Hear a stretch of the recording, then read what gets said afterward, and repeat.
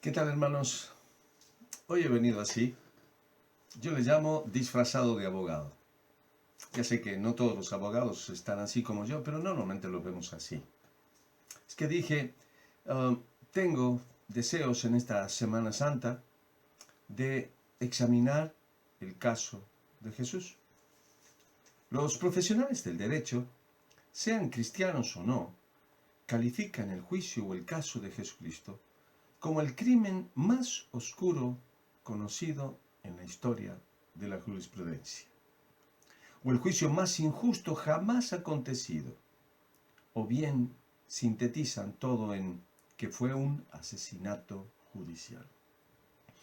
Todos de alguna manera pensamos lo mismo, pero me he preguntado, ¿sabríamos responder mínimamente a interrogantes como ¿por qué fue injusto?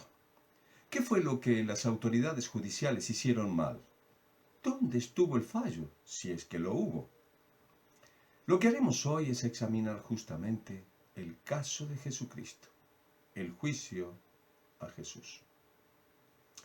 Quizás una buena forma de abordar el tema sea poniéndonos por un momento en el papel de abogados defensores de Jesucristo, haciendo todas aquellas diligencias judiciales y procesales necesarias para defender a nuestro cliente. Me explico un poco mejor. Muchas veces vemos en televisión series donde un policía, si no le lee los derechos al presunto acusado, la detención resulta nula por no cumplir la formalidad legal debida. Trasladado al concepto del caso de Jesús, uno se puede preguntar, ¿le leyeron sus derechos a Jesús? ¿Se cumplió la ley? ¿Se cumplieron los procedimientos? ¿Se cumplieron las diligencias legales en el juicio a Cristo? Si nos damos cuenta, Jesucristo fue procesado dos veces, una por el Sanedrín, es decir, el tribunal judicial hebreo, y otra por el procurador romano Poncio Pilatos.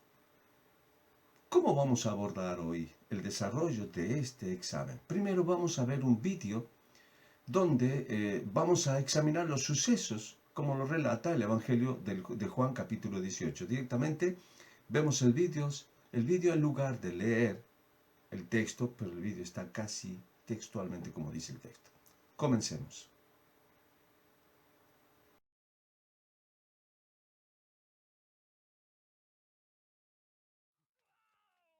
Entonces la tropa romana, el comandante y los guardias judíos prendieron a Jesús, lo ataron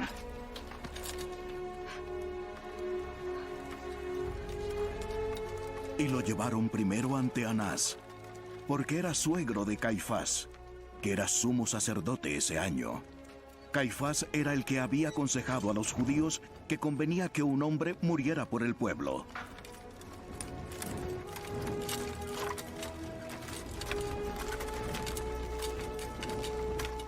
Simón Pedro y también otro discípulo seguían a Jesús. Este discípulo era conocido del sumo sacerdote y entró con Jesús al patio del sumo sacerdote, pero Pedro estaba afuera, a la puerta.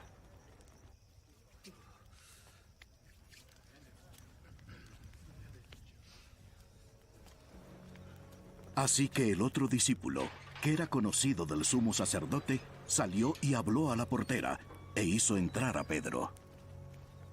¿No eres también un discípulo de este hombre? No, no lo soy. Los siervos y los guardias estaban de pie calentándose junto a unas brasas que habían encendido porque hacía frío. Pedro también estaba con ellos de pie, calentándose. El sumo sacerdote interrogó a Jesús acerca de sus discípulos y de sus enseñanzas. Le respondió: Yo he hablado al mundo abiertamente. Siempre enseñé en la sinagoga y en el templo donde se reúnen todos los judíos. Y nada he hablado en secreto. ¿Por qué me preguntas a mí? Pregúntales a los que han escuchado de qué les hablé. Que ellos te digan. ¿Así contestas al sumo sacerdote? Si he hablado mal, entonces ¿cuál fue mi error? Si lo que he dicho está bien, ¿por qué me pegaste? Anás lo envió atado a Caifás, el sumo sacerdote. Según los abogados de hoy en día, los delitos que se le imputan a Jesucristo fueron al menos 3 y otros dicen que se puede sintetizar en solo 2. Delito contra la autoridad romana o su seguridad, delito de asociación para fines ilícitos y delito de causar tumultos o clamores populares. Otros letrados, viéndolo de otro punto de vista, dicen que solo fueron 2, el de sacrilegio y el de blasfemia. El de sacrilegio porque Jesús dijo que podía derribar el templo y en 3 días volver a levantarlo. Y de blasfemia porque dijo ser el Hijo de Dios. Solo diremos que ninguna de estas acusaciones pasa a prueba de validez. Nunca Jesús incitó a alguno a dar a quedarse con el tributo de César, sino dar a César lo que es del César y a Dios lo que es de Dios. Nunca incitó tampoco a una revuelta, al contrario, le reprochó a Pedro en el huerto haber sacado su espada para herir en la oreja del siervo del sumo sacerdote. Y nunca habló en contra del templo judío, sino que se refería al templo de su propio cuerpo. Ahora bien, como abogados defensores, al menos tendríamos que considerar 3 puntos para poder plantear bien nuestra defensa. Primero, dónde se produjeron los hechos y el contexto sociopolítico de los sucesos de la detención. También tendremos que examinar quiénes fueron los personajes involucrados en este proceso a Jesús.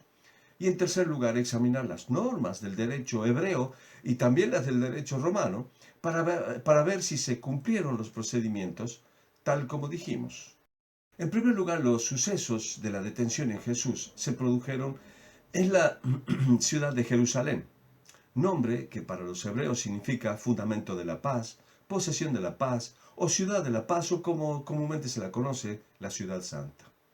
Aquella zona que hoy llamamos Palestina estaba gobernada por el Imperio Romano, que eran quienes habían invadido este territorio y respetaban las costumbres de los judíos y les permitían que se administrasen según su propia justicia entre ellos y según su propia ley. Pero no les permitía a los judíos aplicar la pena de muerte, cosa reservada para el procurador romano, quien intervenía de manera supletoria cuando el pueblo se lo requería, cosa que ocurrió cuando el Sanedrín trajo a Jesús para presentárselo a Pilato. Un dato importante es que el juicio se celebra durante la fiesta más importante de los judíos, la de la Pascua, ocasión en la que había mucha gente y también muchos deseos de insurrección, cosa que, como vimos, le sirvió al Sanedrín para presentar a Jesús como un subversivo. Entre los personajes de la época, el emperador de Roma, Tiberio César, nada tiene que ver con el juicio, excepto que indirectamente, ya que tenía la reputación de ejecutar a cualquiera que consideraba desleal, incluso a altos funcionarios, en este caso lo era Pilato. Quien interesa es justamente Pilato, quien ya había irritado bastante a los judíos, por lo que no podía arriesgarse a más fricciones y mucho menos a una acusación de deslealtad, cosa que pondría su puesto en jaque. Otro gobernador era el tetrarca de Galilea, Herodes Antipas, a quien Pilato envía a Jesús porque justo Herodes estaba en Jerusalén y porque Pilato había oído que Jesús era oriundo de Galilea. Y de parte de los judíos tenemos a los sumos sacerdotes, Anás y Caifás. Aunque el verdadero sumo sacerdote era Caifás, su suegro Anás seguía siendo objeto de consulta, ya que ostentaba mucho poder religioso ante el pueblo. Y por último tenemos al Sanedrín, cuyo nombre significa consejo o tribunal, y se componía de 70 israelitas de linaje indiscutible, y el número 71 era para el presidente, que era el sumo sacerdote y que era quien en caso de empate en la votación, pues dirimía. Tenía su propia guardia o seguridad o soldados, y sus sentencias se consideraban cosa juzgada, es decir, inapelable. Es esta guardia o soldados los que van al huerto a apresar a Jesús y no son los soldados romanos. De modo que los judíos, sabiendo que ellos no podían aplicar la pena de muerte, llevan a Jesús a Pilato, mostrándole el caso de Jesús, de modo que éste le condenara a muerte y así su ejecución pareciera legal. Por tanto, fueron los soldados del Sanedrín quienes apresaron a Jesús en el huerto, pero fueron los soldados romanos quienes llevaron a cabo la ejecución en la cruz. En cuanto al tercer punto, es decir, las normas del derecho hebreo y las del derecho romano, comenzaremos viendo el proceso romano, y esto es muy interesante, hermanos. Aquí quizás reside la clave de toda la ilegalidad. Este proceso, el proceso romano, comenzando por él, comienza justamente con la autoridad romana, es decir, Poncio Pilato, interviniendo ante el pedido del pueblo. Pilato, en un principio, aplicó la norma de juzgar al supuesto culpable por el lugar de residencia del acusado, es decir, Galilea, y por este motivo se lo remitió a Herodes, que estaba allí en Jerusalén por causa de la fiesta posiblemente. Pero cuando éste se lo devolvió, tuvo que juzgarlo en función del lugar donde sucedieron los hechos, es decir, en Jerusalén, donde Pilato era su gobernador.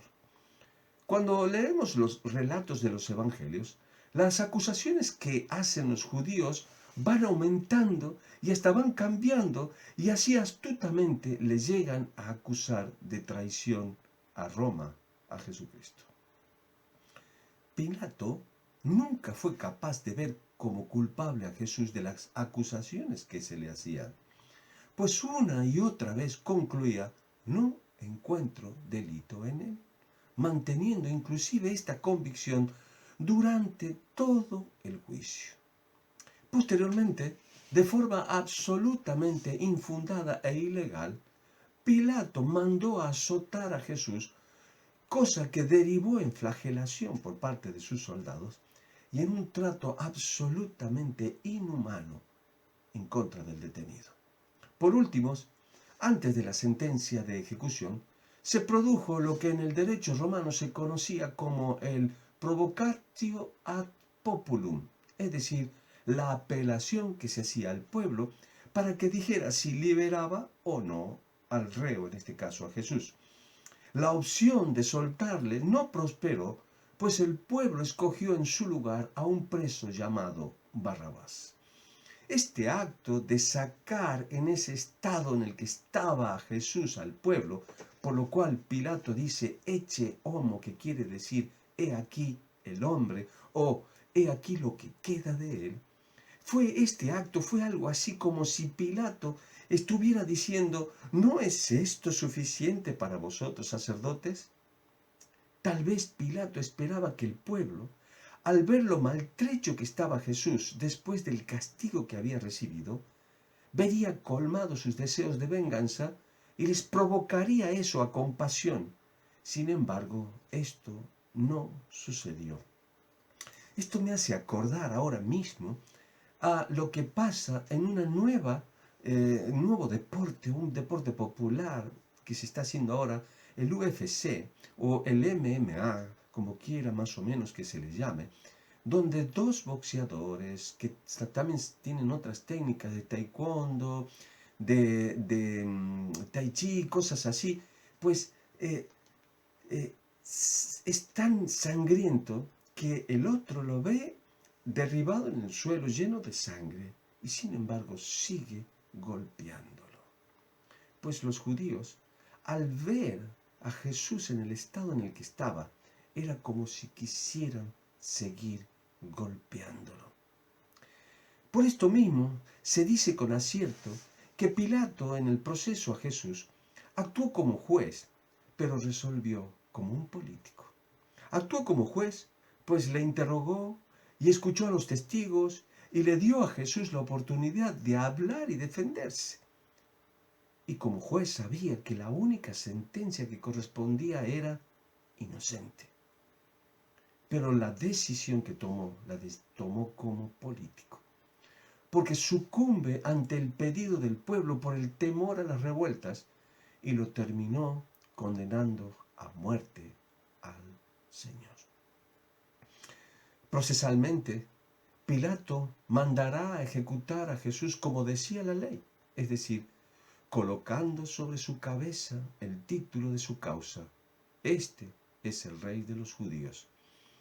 Pero la sentencia de muerte por crucifixión fue totalmente desproporcionada, porque la muerte por crucifixión era para ser aplicada a actos ilícitos de carácter político, cuyas sanciones debían servir como ejemplo para inhibir comisiones de actividades que atentaran contra el dominio de la hegemonía de Roma. Jesús jamás procuró nada así. No atentó jamás contra la hegemonía de Roma. Fue desproporcionado. Vamos ahora al proceso hebreo. Un breve resumen de los hechos podría ser así. Tras la cena de la Pascua, Jesús fue al huerto de Getsemaní. Allí fue donde los soldados del Sanedrín le apresaron con Judas a la cabeza. Tras su detención, Jesús fue llevado a casa del sumo sacerdote, Anás, quien la interrogó. Tras el golpe que le profirió el soldado en la presencia de Anás, el soldado de la guardia del Sanedrín, Jesús fue conducido ante Caifás y el propio Sanedrín y desde allí al pretorio ante Pilato. El Evangelio de Marcos, que por otra parte es muy idéntico al Evangelio de Mateo, nos presenta un buen resumen de lo que sucedió. Para ello, veamos un vídeo con los sucesos. Llevaron a Jesús ante el sumo sacerdote, y se reunieron todos los principales sacerdotes, los ancianos y los escribas. Pedro lo siguió de lejos hasta el interior del patio del sumo sacerdote. Allí se quedó sentado con los alguaciles y calentándose junto al fuego. Los principales sacerdotes y todo el tribunal buscaban alguna prueba contra Jesús para poder condenarlo a muerte, pero no la encontraban. Muchos presentaban falsos testimonios contra él, pero sus testimonios no concordaban. Entonces algunos se levantaron y presentaron un falso testimonio contra él. Dijeron: nosotros le hemos oído decir, yo derribaré este templo hecho por la mano del hombre, y en 3 días levantaré otro sin la intervención humana. Pero ni aún así se ponían de acuerdo en sus testimonios. El sumo sacerdote se paró en medio del tribunal y le preguntó a Jesús: ¿no vas a responder? Mira lo que estos dicen contra ti. Pero Jesús guardó silencio y no contestó nada. Así que el sumo sacerdote le volvió a preguntar: ¿eres tú el Cristo, el Hijo del Bendito? Jesús le respondió: yo soy, y ustedes verán al Hijo del Hombre sentado a la derecha del Poderoso y venir en las nubes del cielo. El sumo sacerdote se rasgó entonces sus vestiduras y dijo: ¿qué necesidad tenemos de más testigos? Ustedes han oído la blasfemia. ¿Qué les parece?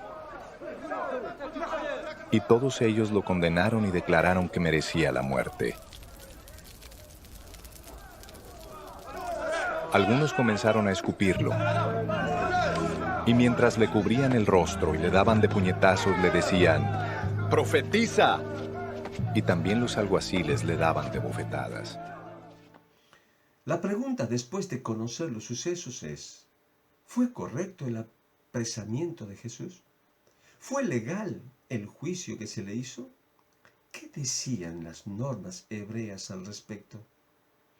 Los principios de la ley hebrea en cuanto a juicios establecía que todo juicio debía ser resuelto por el Sanedrín, cosa que, como vimos, ocurrió, pues Jesús, después de ser apresado, fue llevado primero a Anás y luego a Caifás, donde estaba reunido el Sanedrín. Pero esto no era el único principio que había. También podemos concluir o afirmar que el Sanedrín hubiera actuado apegándose a derecho si este hubiera sido el único principio. Pero no fue así. Hay otros principios que vamos a sintetizar en 4 principales. El principio de diurnidad, el principio de publicidad, el principio de defensa y el principio de los testigos. El principio de diurnidad Este principio sostiene que una causa como la de Jesucristo debía celebrarse durante la luz del día, es decir, antes de la puesta del sol. Nunca debía celebrarse de noche. El principio de publicidad. Según la ley mosaica, los judíos debían celebrar sus juicios en público, y por eso los juicios se celebraban en la plaza pública que los judíos llamaban el Gazit. Y el principio de defensa. El acusado debía poder defenderse y tener amplias posibilidades de defensa, ya sea por representante o por sí mismo. Y por último, principio de los testigos. Deuteronomio capítulo 19, versículo 15, dice: no se tomará en cuenta a un solo testigo contra ninguno en cualquier delito ni en cualquier pecado, en relación con cualquiera ofensa cometida. Solo por el testimonio de 2 o 3 testigos se mantendrá la acusación. Por lo tanto, un proceso judicial comenzaba cuando habían al menos 2 testigos del mismo acto, y ambos testimonios concordaban o estaban de acuerdo. El testimonio de ambos constituía la base para la acusación y que llevaba al arresto. Por tanto, la evidencia de un solo testigo no estaba admitida. Por esta misma regla, el Sanedrín no podía iniciar juicios de oficio, sino simplemente investigar las acusaciones presentadas ante ellos. Con esto ya se podría deducir que el Sanedrín incurrió en la violación de todos los principios. Primero, violó el principio de diurnidad. Se violó la regla de que los cargos capitales habían de juzgarse de día, no de noche. Las autoridades judías simplemente buscaron una buena oportunidad y un momento sin multitud alrededor, y ésta se presentó por la noche, lo cual de suyo invalidaba ya todo el proceso.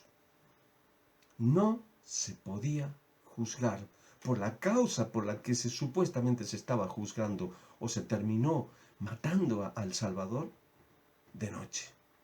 Un punto especial surge del Talmud judío, donde se afirma que el Sanedrín solo podía ordenar la aprehensión de alguien si éste estaba cometiendo flagrantemente un delito. Pero en el arresto de Jesús no fue así. Jesús estaba pernoctando en un huerto y no cometiendo ningún delito en ese momento cuando fue apresado. Esto constituye también otra irregularidad procesal que, de haber sido reconocida, anularía todas las actuaciones de la parte acusadora. Se violó también el principio de publicidad, porque el enjuiciamiento se llevó a cabo en la casa del sumo sacerdote y no en el Gazit o plaza pública.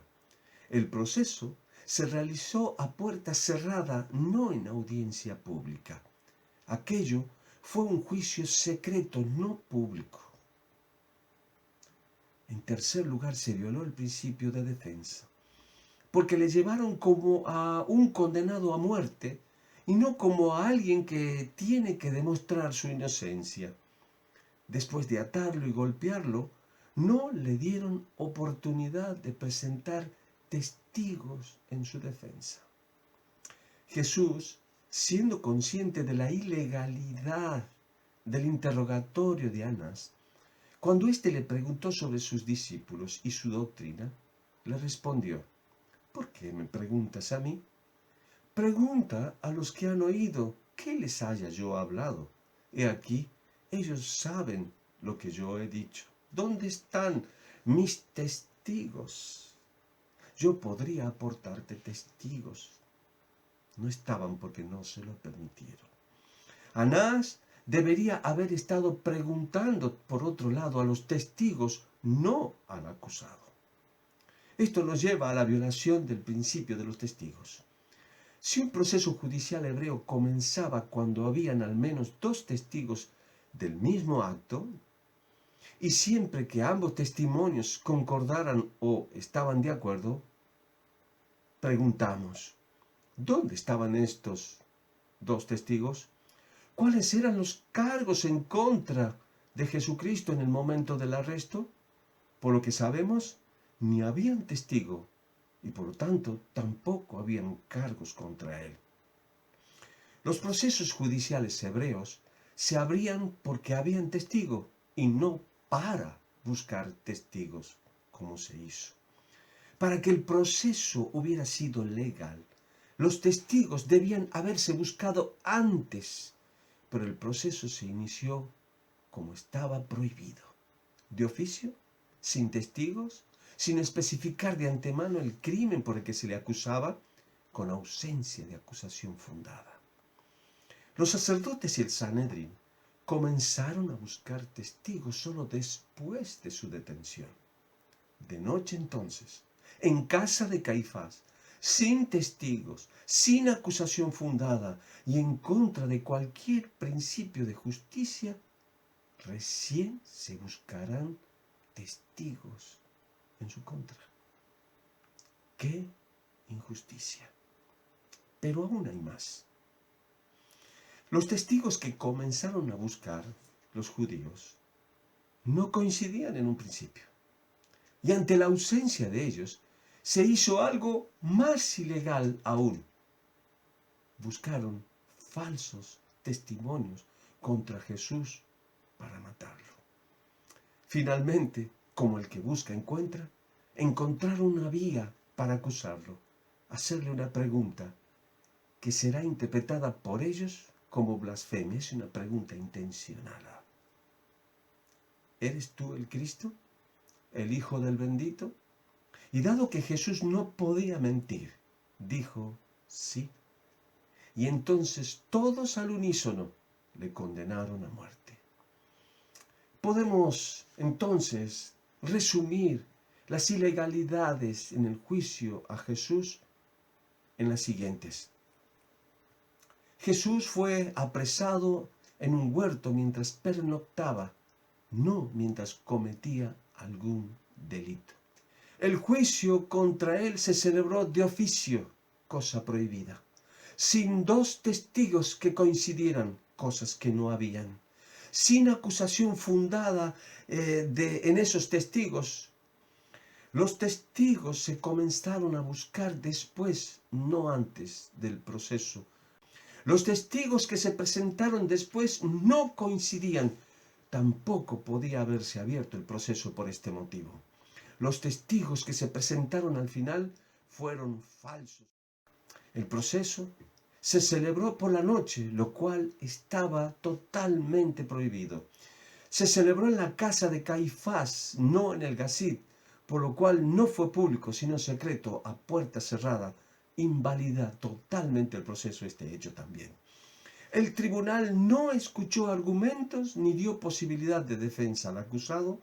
El juicio comenzó y concluyó en un día, la víspera de una fiesta. Pilato encontró a Jesús inocente, pero aún así lo hizo ejecutar.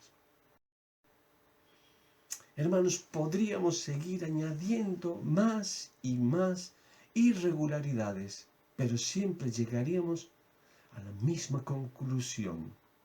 El juicio fue una farsa, una parodia de la justicia. Todo el procedimiento estuvo impregnado de una ilegalidad tan terrible que en realidad no fue un juicio, sino un asesinato judicial. Todo terminará con la muerte y crucifixión de nuestro Señor. Para Pilato, para el Sanedrín, para los sumos sacerdotes, pero no para Dios. Él le resucitará al tercer día. Volverá a vivir y hoy vive para siempre. El juicio más injusto que se celebró en toda la tierra fue este. pero todo estaba determinado de antemano que sucediera. Todos le dejaron solo. No hay bueno ni aún uno. Damos gracias al Señor que haya venido y haya mostrado lo que somos, pero también haya mostrado lo que Él es. Quiero terminar diciendo algo muy personal. Si Jesucristo, antes de estudiar yo mismo el proceso de su juicio, para mí era inocente, ahora lo es más. Es más inocente. Ahora que cuando empecé, es más santo, más salvador, más redentor, más Dios. Feliz Pascua para todos.